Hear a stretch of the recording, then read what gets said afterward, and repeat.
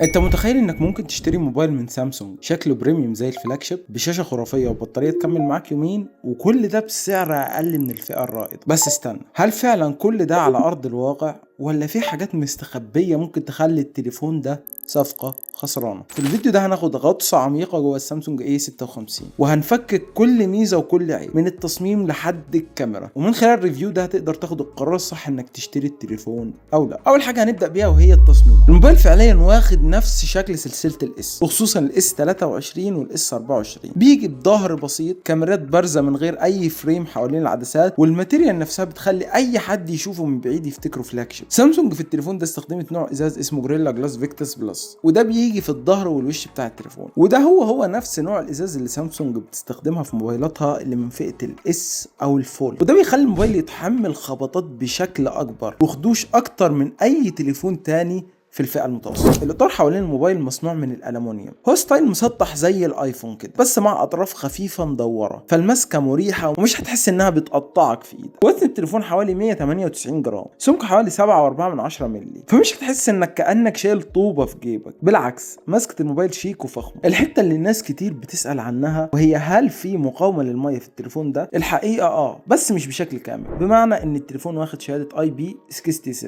يعني هو بيتحمل معاك رذاذ الميه او لو وقع عليه كوبايه ميه، لكن اكيد مش معمول غرضه للغوص في حمام سباحه مثلا او صور تحت الميه. خلينا الفت نظرك لنقطه مهمه في التليفون ده، وان الكاميرات الخلفيه بارزه بشكل واضح، وده يخلي الموبايل يترجرج لو محطوط على سطح مستوى او على ترابيزه من غير جراب. فلو انت OCD وبتتضايق من الحاجات دي لازم تستخدم جراب. تصميم السماعات والسنسورات هنا منظمه جدا، وكان ازرار الصوت وزرار الباور مريحه جدا للايد.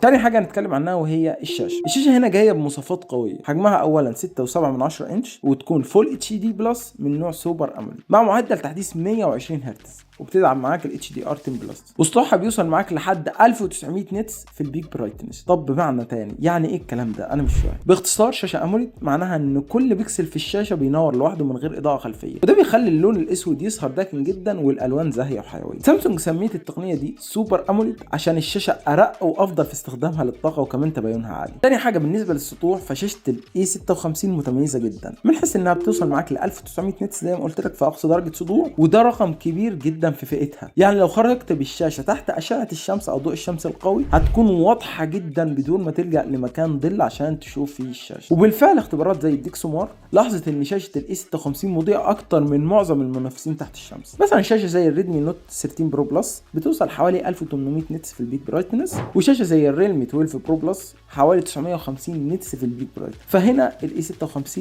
مكتسحة بصراحة. كمان ال A56 بتدعم معاك تقنية ال HDR10 بلس. ببساطة التقنية دي بتوسع نطاق الالوان والاضاءه اللي الشاشه تقدر تعرضها، يعني في الافلام والفيديوهات اللي فيها لقطات ضوئيه قويه او ظل عميق ال A56 هتظهر لك تفاصيل اكتر انت ممكن ما تلاحظهاش في تليفون تاني. الفرق مع الشاشات العاديه ال SDR هنا كبير جدا، لان ال HDR10 بلس هنا بيستخدم حاجه اسمها سنس باي سنس، وده عشان يعدل الاعدادات مشهد بمشهد فيطلع لك نتيجه الالوان هتطلع اكتر دقه وحيويه، والضوء العالي مش هيظهر محبوس او طافي، وده بيحسسك كانك باصص لمنظر طبيعي مش لشاشه التليفون. دلوقتي احنا قلنا كل مميزات الشاشه، خلينا نتكلم شويه او نعمل مقارنه سريعه مع شاشات منافسين في نفس الفئه. لو جينا نقارن التليفون ده مع الريدمي نوت 13 برو بلس، فهو اولا بيجي بشاشه 6.67 انش بمعدل 120 هرتز، وبتكون اموليد و HDR10 بلس، واقصى صدوع ليها بيوصل حوالي 1800 نتس. الالوان فيها مبهره لان الشاشه بتغطي بنسبه 100% من معيار DCI B3، وعمق الوان 12 بت، كمان دقتها عاليه جدا واللي بتكون 1220 في 2712 بكسل لكل انش. يعني بالملخص شاشه ال A56 بتفرق في السطوع، فهي هتلاقيها افضل في اي مكان وتحت اي ظروف. لكن شاشه الريدمي نوت 13 برو بلس بتتفوق في حده الصوره والدقه. بالمناسبه كل التليفونات دي الوان الشاشات بتاعتها كلها قويه لانها اوليد، خصوصا الريدمي اللي بيكون بالوان 12 بت غنيه جدا. في الاخر كل شاشه ليها مميزاتها. ال A56 هتحس انها واضحه ومشرقه ومريحه في الشمس، وسلاسه ال 120 هرتز هتكون واضحه جدا. الريدمي نوت 13 برو بلس هتشدك بشده الصور والالوان الواضحه. الاختيار بيرجع لايه اللي انت محتاجه. لو انت دايما بتستحمل الموبايل بره او في شمس يبقى ال A56 ممتاز. لو الجوده والدقه والالوان هي الاولويه فاكيد هتروح للريدمي. ثالث حاجه وهي تجربه الاداء. الموبايل ده جاي بمعالج اكزينوس 1480،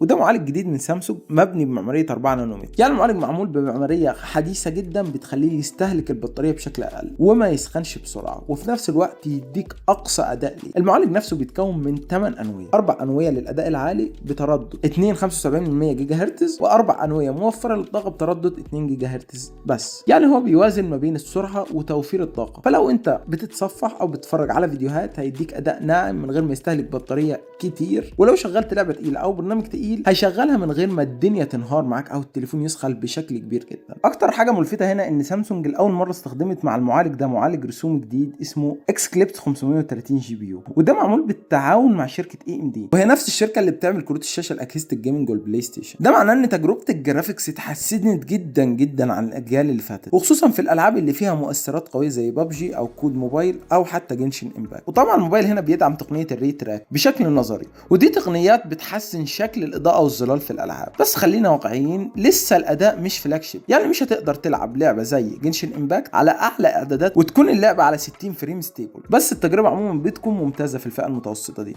وبتديك من 40 ل 60 فريم في معظم الالعاب لو ظبطت الاعدادات. اما بقى بالنسبه للاستخدام اليومي، فتح التطبيقات او النقل ما بينهم او حتى تصفح السوشيال ميديا يوتيوب، كله بيحصل بسلاسه من غير لاج، ومفيش سخونه ملحوظه حتى مع الاستخدام التقيل. وده بيرجع كمان لان الموبايل بيدعم اليو اف اس 3.1، ودي تقنيه تخزين سريعه جدا بتساعد ان التطبيقات تفتح بسرعه وتنقل ما بينهم برضه بسرعه. كمان الجهاز بيدعم الرام بلس، ودي تقدر تزود الرام مؤقتا من مساحه التخزين، وده بيساعد شويه لو فاتح برامج كتيره في الخلفيه. اما بالنسبه لبرامج قياس الاداء اللي هي مثلا زي بنش مارك، فالمعالج ده بيجيب حوالي ما بين 680 ل 720 الف نقطه، وده رقم محترم جدا بالنسبه لفئته. ولو حبيت تقارن اداء المعالج ده مع معالج تاني فهو قريب جدا من السناب دراجون 7 جين 1، واعلى من الاكزينوس 1380 اللي كان في الاي 54. ولو حبينا نقارن التليفون ده مع التليفونين التانيين زي ما قلت لك، فالريدمي نوت 13 برو بلس بيجي بالديمينستي 7200 الترا، وده اداء قوي جدا جدا ومعروف بثباته في الجيمنج. كان اللي يميز الاي 56 ان سامسونج ظبطت السوفت وير بشكل حلو مع المعالج، فتجربه الاستخدام الفعليه سلسه اكتر من الارقام اللي سامسونج بتذكرها. خلاصه الكلام ان المعالج مش اقوى معالج في فئته، بس بيقدم اداء ممتاز ومتوازن جدا، وده مع وجود معالج رسومي قوي من الاي ام دي. التجربه بقت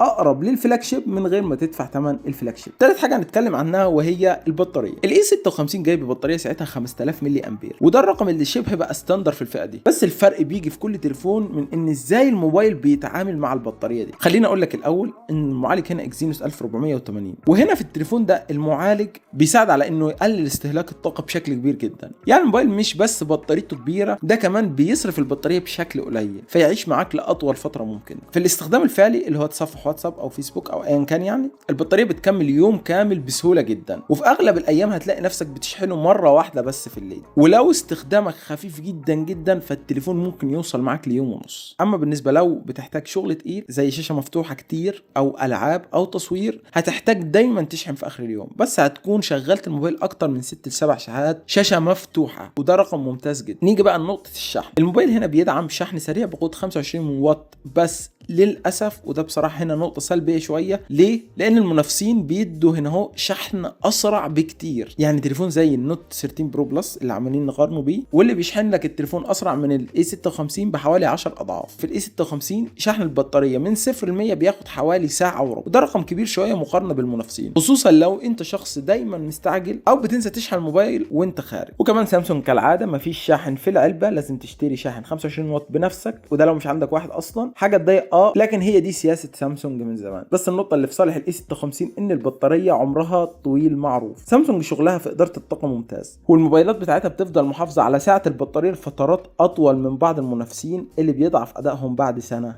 استخدام. نيجي لاهم نقطه في الفيديو في التليفون وهي الكاميرات. الاي 56 جاي بمنظومه كاميرات شكلها ظريف من بره شبه اللي في سلسله الاس، لكن هنا السؤال جواها ايه وبتطلع صور عامله ازاي؟ التليفون بيجي بكاميرا اساسيه بفتحه عدسه f1.8 بحجم 50 ميجا بكسل، فيها OIS، ودي مهمه جدا ومعناها ان العدسه فيها مثبت بصري حقيقي بيقلل الاهتزاز في الصور والفيديوهات، خصوصا لو ايدك بتتهز او بتترعش او بتصور في اضاءه قليله. تاني حاجه وكاميرا الالترا وايد، واللي بتكون بدقه 12 ميجا بكسل، ودي للصور اللي عايزه فيها زاويه اوسع زي صور مجموعات او مناظر طبيعيه. تالت حاجه وهي كاميرا الدبس، واللي بتكون بدقه 50 ميجا بكسل للصور البورتريه او عزل الخلفيه. طيب في الاداء الفعلي ايه؟ في الاضاءه القويه اللي هو الصبح او في الشمس، الكاميرا الكاميرا الاساسيه بتطلع صور ممتازه جدا فيها تفاصيل كتير وتوازن الوان حلو، والديناميك رينج بتاعها كويس جدا بفضل المعالجه بتاعت سامسونج. يعني السما مش بتطلع مبيضه زياده عن اللزوم، او الظل مش بيكون لونه اسود جدا، والالوان فيها لمسه مشبعه شويه كده بس مش مزيفه. يعني الصوره شكلها حلو من غير ما تبان كرتونيه. الالترا وايد شغاله كويس جدا برضه، بس اقل شويه من الرئيسيه من ناحيه التفاصيل، خصوصا في الاطراف او في الحروف، وده طبيعي في الفئه دي. في الاضاءه الضعيفه سواء ليل او اضاءه لمبه مثلا، هنا بتظهر لك قوه الاو اي اس. الصور بتطلع ثابته اكتر من موبايلات كتير ملهاش مثبت بصري، بس طبعا التفاصيل بتقل شويه وفي نويز او نقط صغيره او تشويش في الصوره لو الاضاءه قليله جدا جدا، لكن مش بشكل مزعج. وضع النايت مود بيساعد كتير وبياخد وقت ثانيه او ثانيتين عشان يطلع لك صوره منوره اكتر ومتثبته. بالنسبه لتصوير الفيديوهات في التليفون ده، فالكاميرا بتصور فيديو 4K 30 فريم في الثانيه، وده رقم ممتاز جدا في الفئه دي. المثبت البصري الاو اي اس بيشتغل كويس وبيخلي الفيديو ثابت حتى وانت ماشي،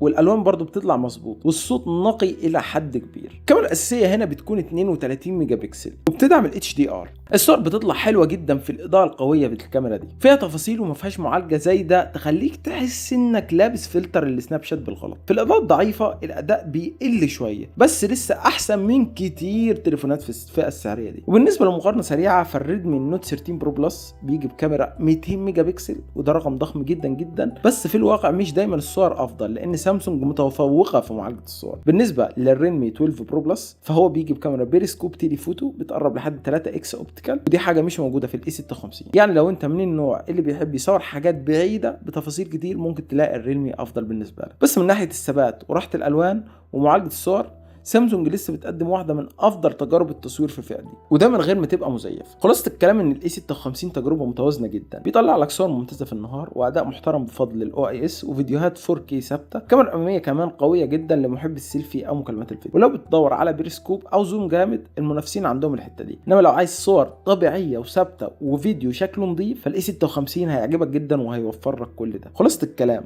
اشتري التليفون ده ولا لا؟ الاي 56 مش جاي ينافس في نقطه واحده، هو جاي يلعب على التوازن. بيقدم لك تصميم ممتاز، شكله فخم، خامات ازاز كويسه، توزيع كاميرات شبه سلسله الاس، بيقدم لك شاشه سوبر اموليد 120 هرتز بتديك الوان حلوه جدا وسطوع عالي، فيها الفيجن بوستر وده بيخلي الرؤيه تحت الشمس افضل، بيقدم لك اداء محترم وكاميرات متوازنه وبطاريه عملاقه. الشحن بيكون ابطا من المنافسين اللي بيكون 25 واط بس، ومفيش شحن في القلب. مفيش كاميرا زوم حقيقيه زي اللي موجوده في الريلمي 12 برو بلس. السعر ممكن يكون اعلى شويه من منافسين بيقدموا وصفات على الورق اقوى، خصوصا من شاومي وريلمي. فلو انت بتدور على موبايل متكامل ومتوازن من براند معروف بسوفت وير ثابت وشكل شيك، فالاي 56 يستاهل الشراء جدا، خصوصا لو الاولويه عندك لتجربه استخدام مريحه ومستمره مش مجرد ارقام على ورق. لكن لو انت من النوع اللي بيحب الجيمز وبيفضل مواصفات على الورق زي شحن اسرع او كاميرات زوم وسامسونج مش فارقه معاك كبراند، ممكن تبص على حاجه زي الريدمي 13 برو بلس. انما لو انت عايز حاجه من سامسونج وعارف انك بتدفع شويه زياده عشان الخدمه او التحديثات او سلاسه الاستخدام، يبقى الاي 56 اختيار امن ومضمون وهتنبسط بيه. بس ده كان فيديو النهارده، اتمنى ان هو يكون عجبك. لو عجبك الفيديو لايك وسبسكرايب، اكتب لي كومنت باي تليفون انت محتاجه وهرد عليك في اسرع وقت، وفي امان الله.